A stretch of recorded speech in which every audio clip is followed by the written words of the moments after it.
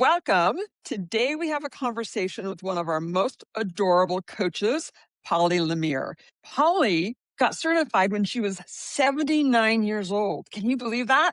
Polly, I have so much admiration and respect for you. You know, you really are such an example to those of us that feel like we're too old to really do anything. But it's just so good to have you today, and I'm just so honored that you would join us. Tell us a Well, Linda, little I bit have to about tell your you, I really feel that part of my secret really is it's tiny habits, really.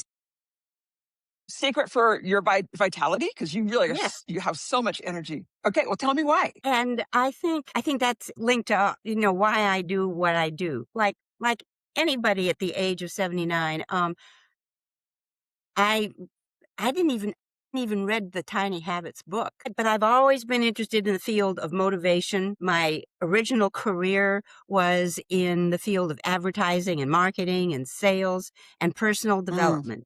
The very first job I had when I graduated from being a total mommy back in the 1970s in the dawn of time, my first job was as a lecturer for Weight Watchers. And really? a good organization was here in St. Louis, Missouri. I had more classes than anybody else. I had the only men's only class in the state of Missouri. And after about 2 or 3 years, I left that organization because at that time in its development, we had absolutely no tools for people to keep off the weight that they had lost. And I saw too many people who'd lost weight come back with 125 pounds back on. Mm, And I thought there is just something wrong. So on one hand, it was a turning point for me, but on the other hand, it set me on a path of deep interest in the whole field of personal development. So you name it. I've taken every Tony Robbins, Wayne Dyer, everything that you can imagine as far as personal development goes, in addition to my career in sales and marketing. And the day that my daughter sent me it was the video that BJ Fogg did about tiny habits. And he said, it's that you can create behavior change without depending on willpower. It was so enlightening to me.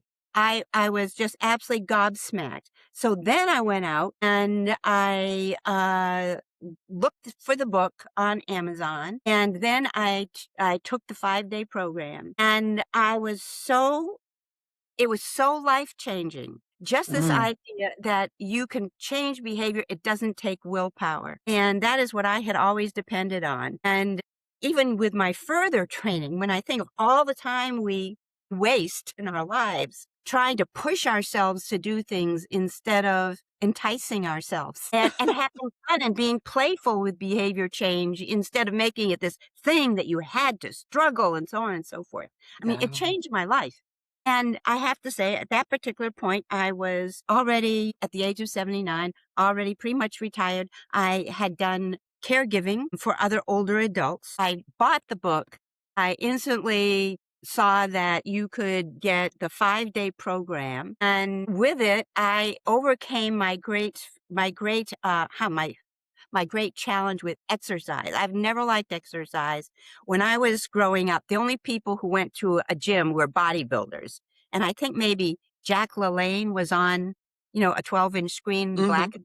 back in the olden days. Exercise has never been fun for me. On top of it, I have 2 hip replacements. And so exercise it's not something that I look at, oh goody, Yeah. I feel so energized because I've done exercise. No, I do it because I have to do it and because it's good for me. And so my first tiny step was just putting on a pair of walking shoes. By the end of that week, I was so excited that I had not only managed to put on my walking shoes, but I invested in an even fancier pair. And then I went downstairs and I went out and then a little bit more.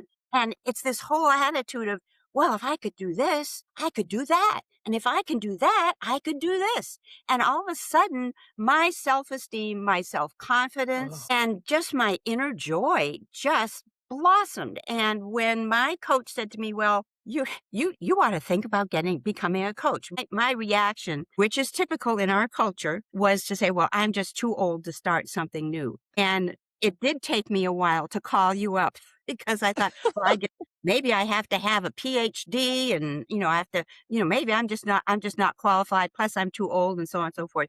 And you were so welcoming and willing to Oh, listen and encouraging that, yes, I did. I signed up and it has been the greatest thing. I think that it has brought everything that I was ever about in my life an mm, opportunity to express. And it did change my life. And the reason that I teach older people, I specialize in that, is because of not only what I learned, but what I learned from Mike Kim.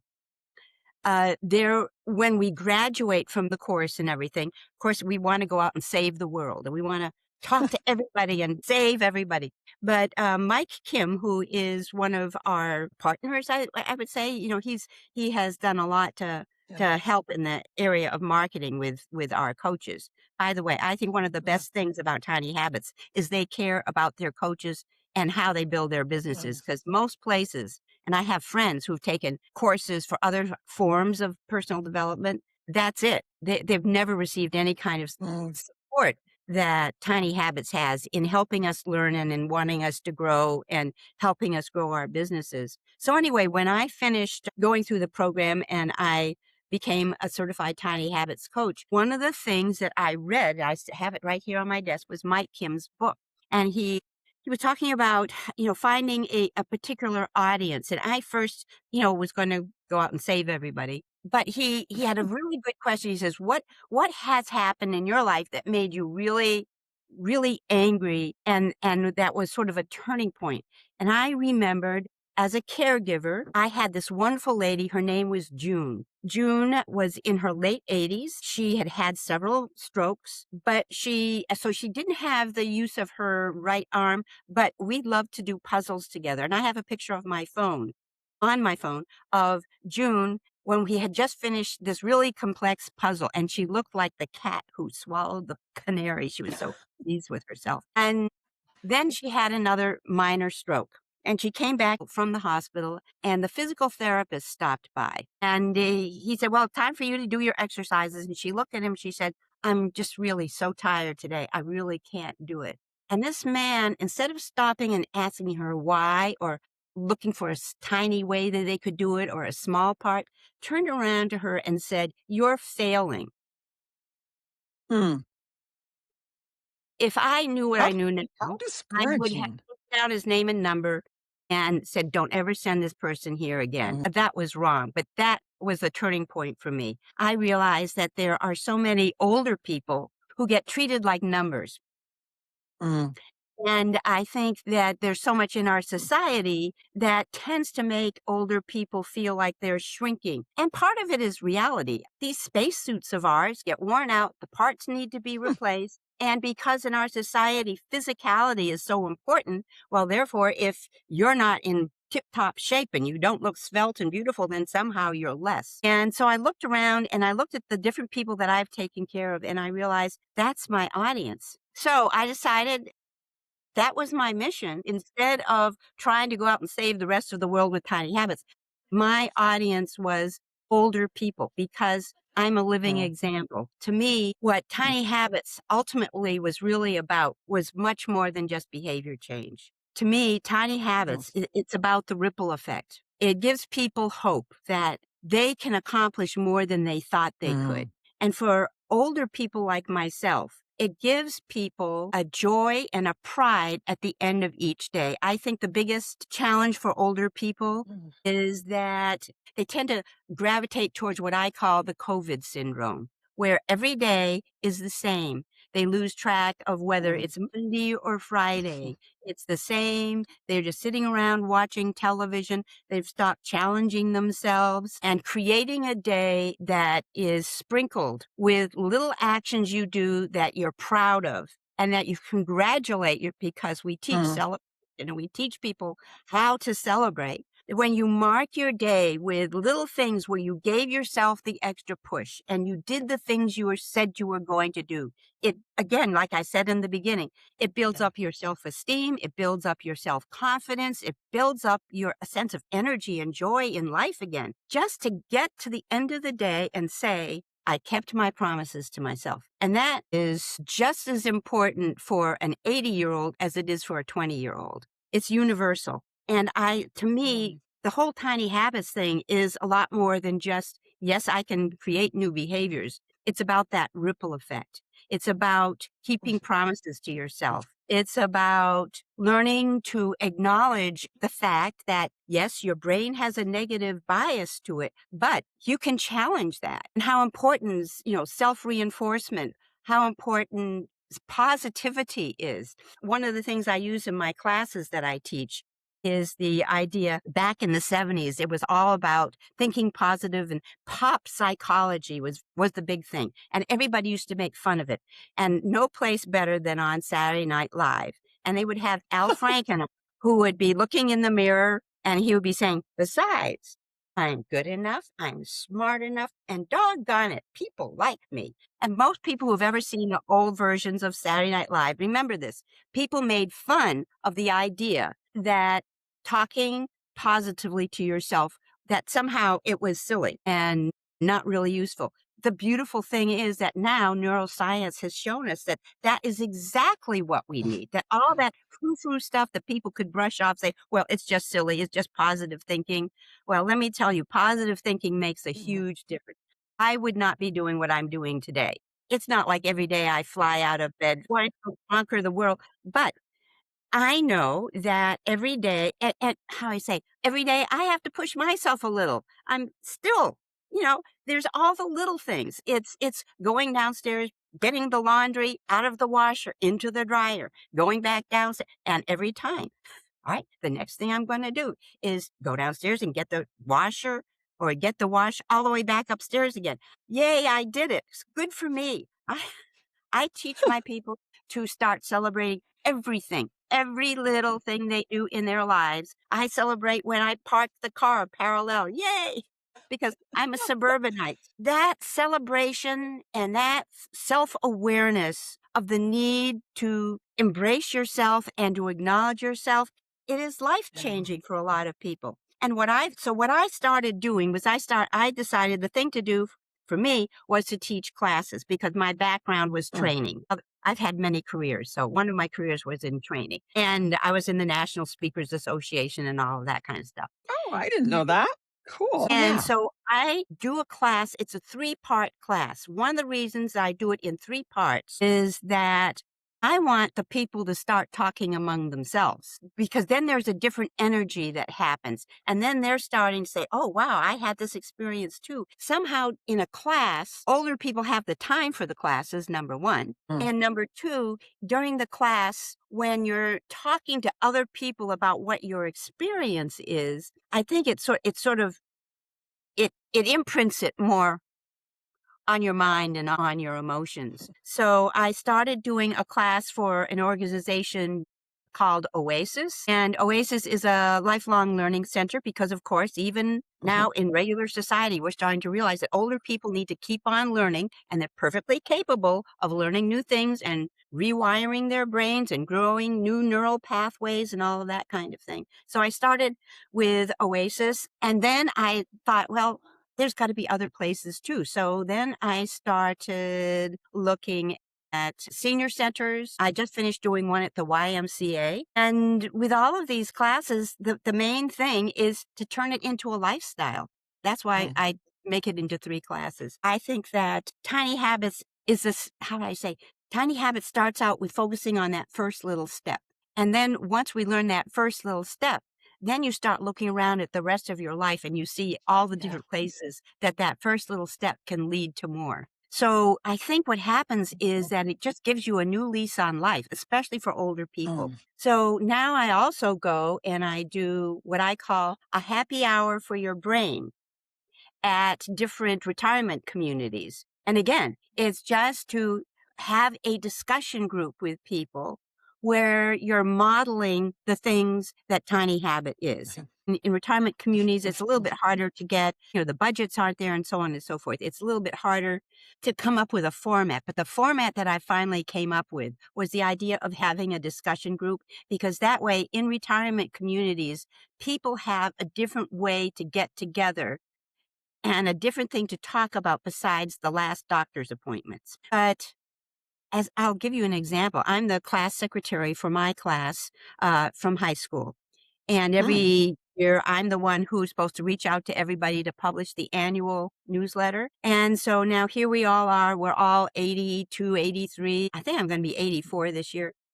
wow, that's remarkable. So amazed that when I sent that letter out last January, all I got back was medical reports. Mm, Nobody was talking about the new thing they're trying, the new thing they're doing, the new adventure they're having. And yet we could, at any age, we can have new adventures, try new things. yeah. And it starts with tiny. It can be tiny. It doesn't have to be a big thing. Maybe you can't go out and do your whole big rose garden, but you could grow a Yeah. bonsai tree.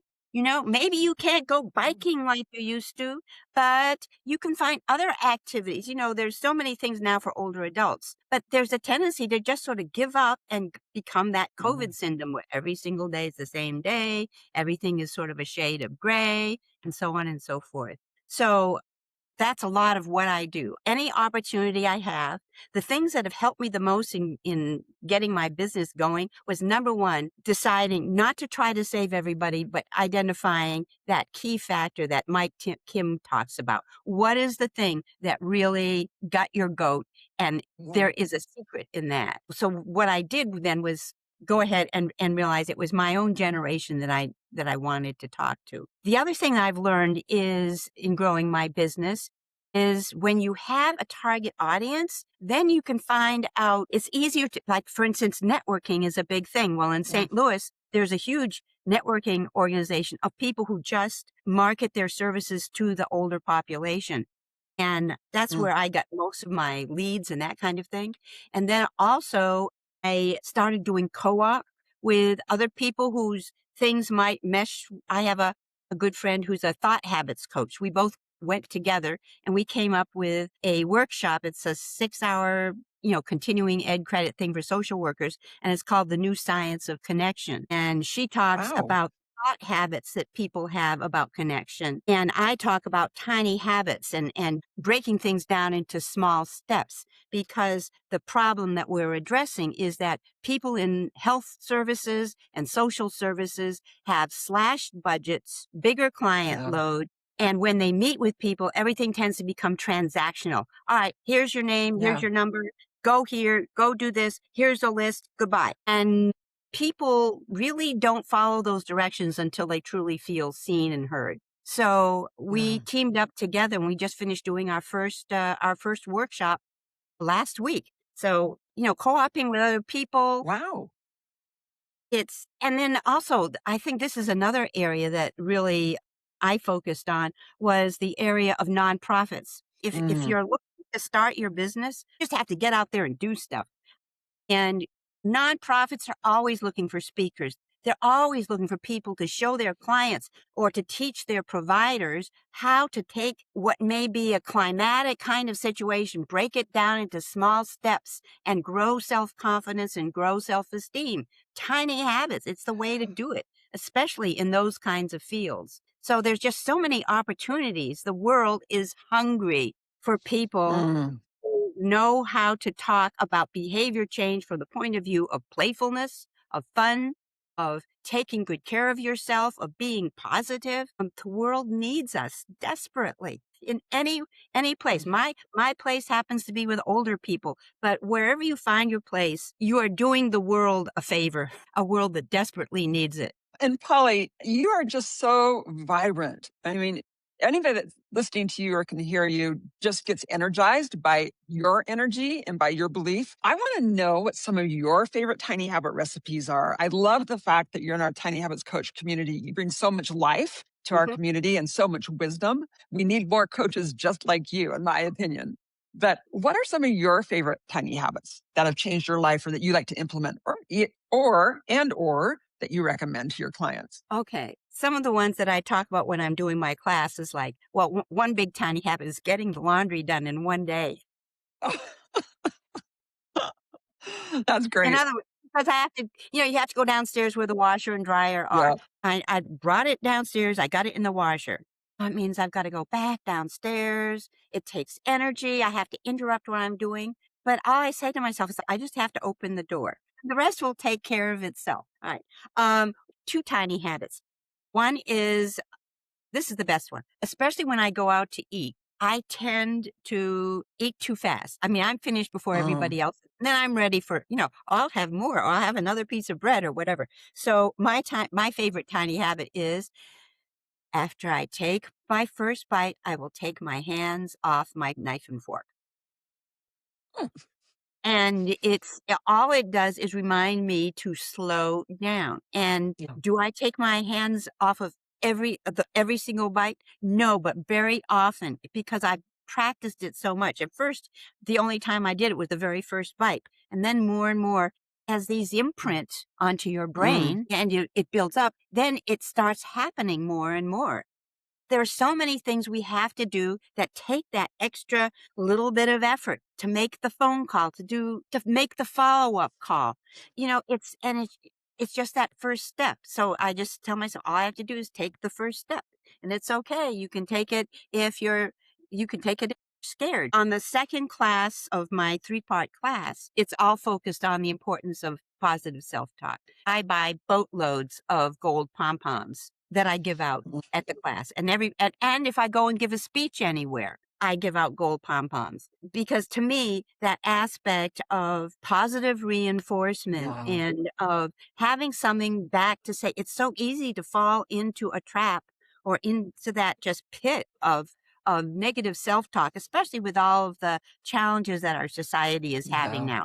It's easy to get really, really low. And yet here and there, we're seeing little sparkles of things happening and they're small, they're tiny. It's like those Buddhist monks who are walking, 2,300 miles from Texas to Washington, D.C., one step at a time. That's Yeah. how they're doing it. So the whole concept of tiny steps making a difference. Mhm. I'm also an ordained minister in my spiritual community. So I bring tiny habits into that too. They all know to go back, some other tiny habits that I do. I still do my shoes. I've had to, and this is a big lesson I've learned as a tiny habits coach and as a practitioner of tiny habits, is that your habits are going to change over the period of time. Some become so automatic. Like after I fix my coffee, I will fix myself a glass of lemon water, a beautiful glass with lemon in it, Mm. very Martha Stewart like, because it's attractive. And that way I will drink it because I'm not a water drinker. But now it's not even a habit it's become a habit. I don't have to tell myself after I make the coffee, I will get the glass of Yeah. water. I will that kind of thing. I'm trying to think of another tiny habit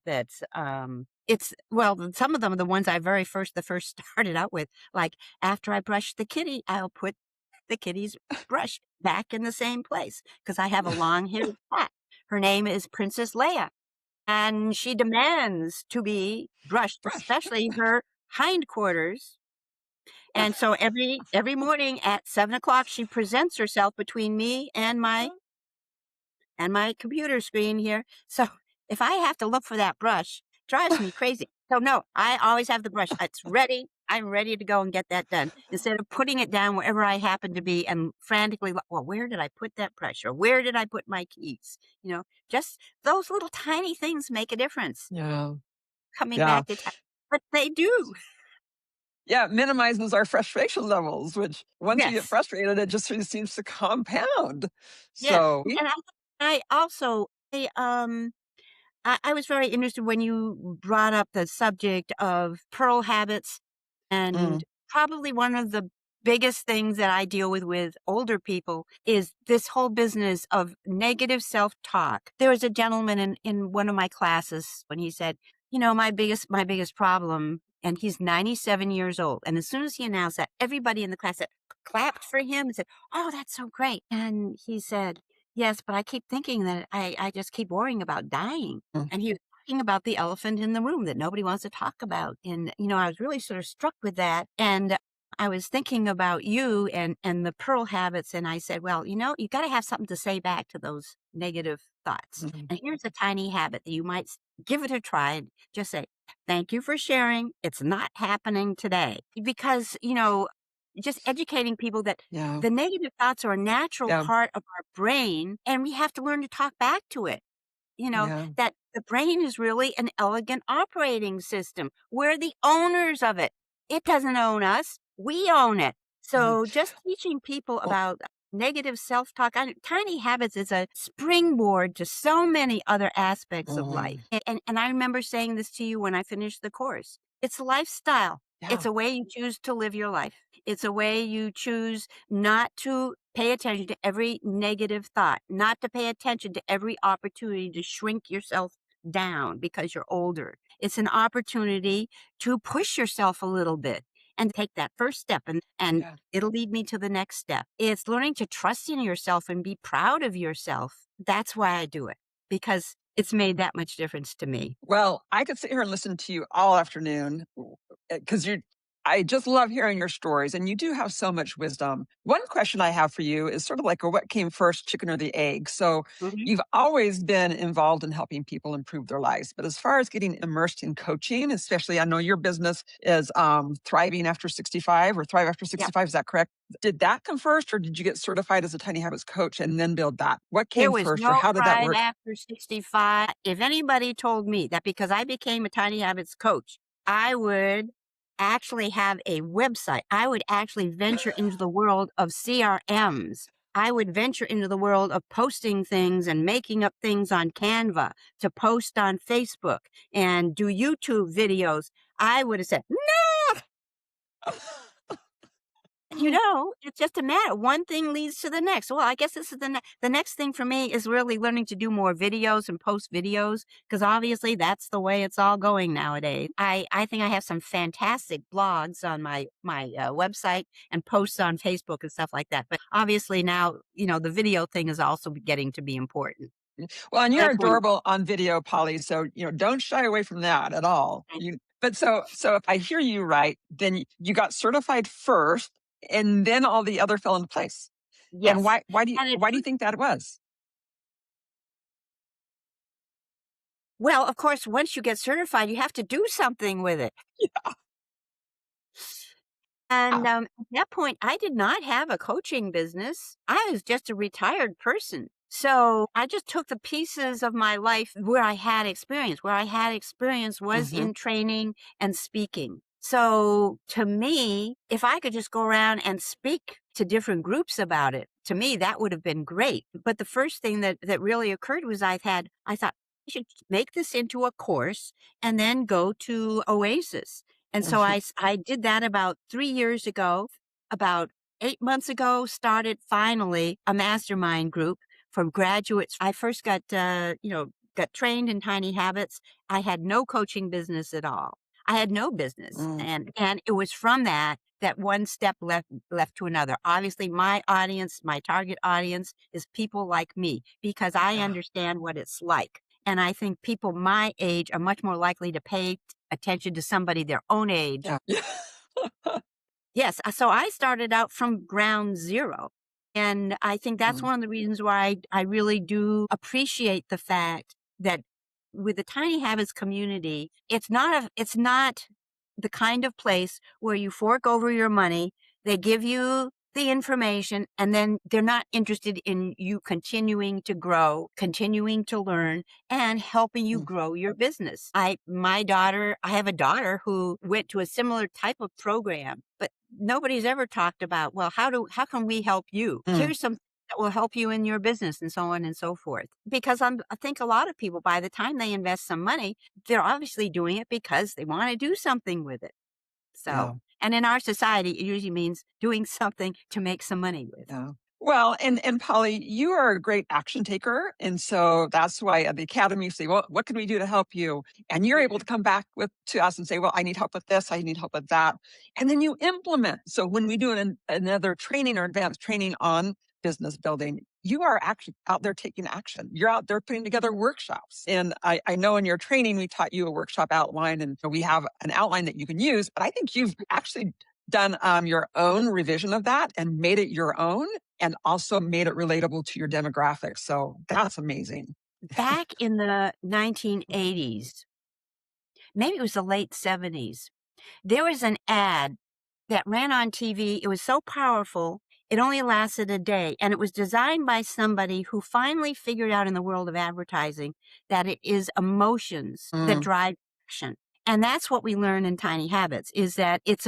yeah. emotion. And that's why celebration and positive self-talk is so, so important. And this was for a campaign, a political campaign. It was during the Goldwater. But this ad, all it showed was a girl with a daisy. And then the next shot was of an atomic bomb. It only lasted one day because it was so powerful and the emotions were so strong, they censored it. Mm, I think that that's the really important thing that Tiny Habits brings home. And it's that it's our emotions. And it's the emotions, especially in older generations, people tend to stuff back or, not pay that much attention to. Emotions, positive emotions are so important and so needed today. And that's why I will be a Tiny Habits coach in my own personal life till the day that I go up to till I graduate, because I really think that that positivity and understanding that it is the emotions that drive wow. behavior, not willpower. And Well, these are you all things. These are you don't have to get a PhD to put these things yeah, into your life. Anybody can learn them. And if somebody at 79 can learn them and teach them, anybody can. yeah, and you've been with us now almost 5 years. I can't believe it. Wow, I know. But think about how many lives you've touched in that time and how many seniors you've brought joy, hope, and confidence back to. In fact, I have one group who said to me, "Well, instead of being negative Nellies, we're gonna be positive Pollies." I love that. And there That's is my there's new one nickname for you, retirement Positive community Polly. that I go to, and that's what they call it said, "It's positive Polly hour."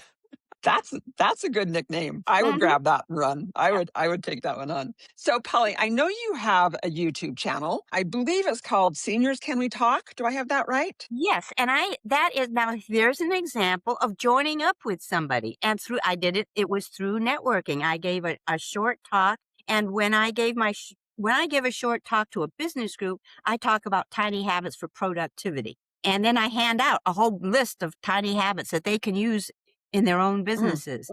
And a woman approached me and she said, "Well, I have a podcast and it's for seniors who want to age in place." And we started talking. We said, "Oh, yeah, let's get together and we're going to do this." So I talk about the tiny habits part of it and the emotional and that side of aging in place. And she talks about the practicalities, everything from home care to insurance to finances and all of yeah. that kind of stuff. So we pooled our resources just like I'm doing with my other friend where we develop something for social workers. So I'm a big believer in going and finding people that you can co-op with, because it's funny how much braver you Mm. get when there's somebody else that you're doing it with. Yep. Two heads are always better than one, right? Absolutely. Well, Holly, you are just a delight to visit with today. I've always loved you from the very first time that I met you in our training and started to work with you.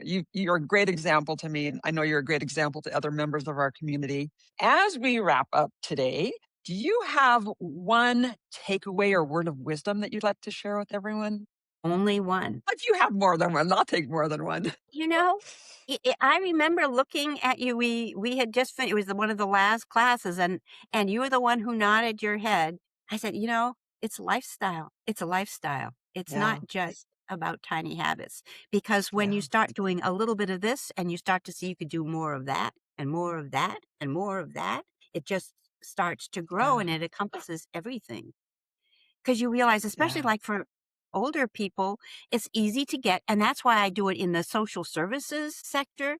People get overwhelmed. Yeah. They feel it's all too much, I can't handle it. But if you break it down into tiny steps, I did there's a blog post on my website, and it's about, when times are tough, we all go through those tough times. None of us is immune from that.